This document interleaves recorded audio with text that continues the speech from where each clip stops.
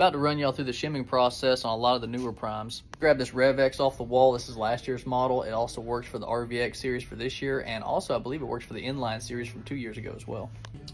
Next step, you're going to throw the prime in the bow press, put a little bit of tension on the limbs to where your string's about like that, like if you were going to swap out a peep or something, for example. So you got 3 sizes of shims for the prime. You got a small, medium, and large. They all come from the factory with the mediums, one on each side to keep everything straight and down the middle. If you need to shim your bow left or right, obviously you're going to want a small and a large so you can push the cam whichever direction you need to, left or right, with those 2 shims. Now, obviously, you should be able to tell which shim is bigger than the other, but in case you do have really bad vision, they are labeled with dots. So 1 dot's gonna be the smallest shim, 2 dots are gonna be the medium, and then 3 dots are gonna be the biggest shim. So the next step is gonna be to loosen one of the axle screws on whichever cam you're gonna be working on first. I'm working on the top cam, so I'm gonna take my Allen key, loosen it a little bit, and that's all you gotta do, really. The Prime sends one of these little tools right here to all their dealers. It's nothing fancy, it's just a machined piece of aluminum.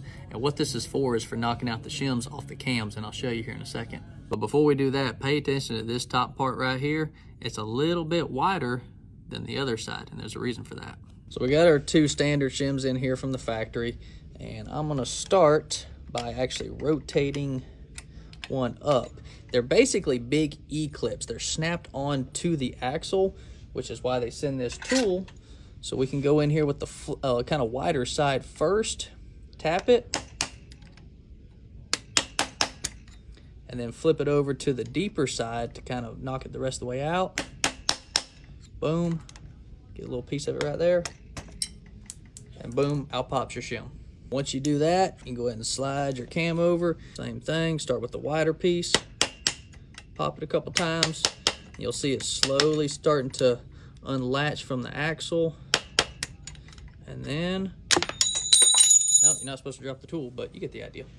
So for demonstration purposes, I'm just gonna put the standard shim that I just took out back onto the axles.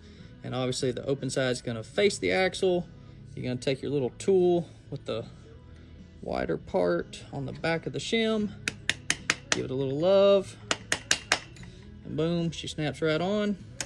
Slide that bad girl over, do the same thing on the other side. The other side is usually a little easier because, oh, maybe not. Then you're gonna come in there with your tool, give it a little love,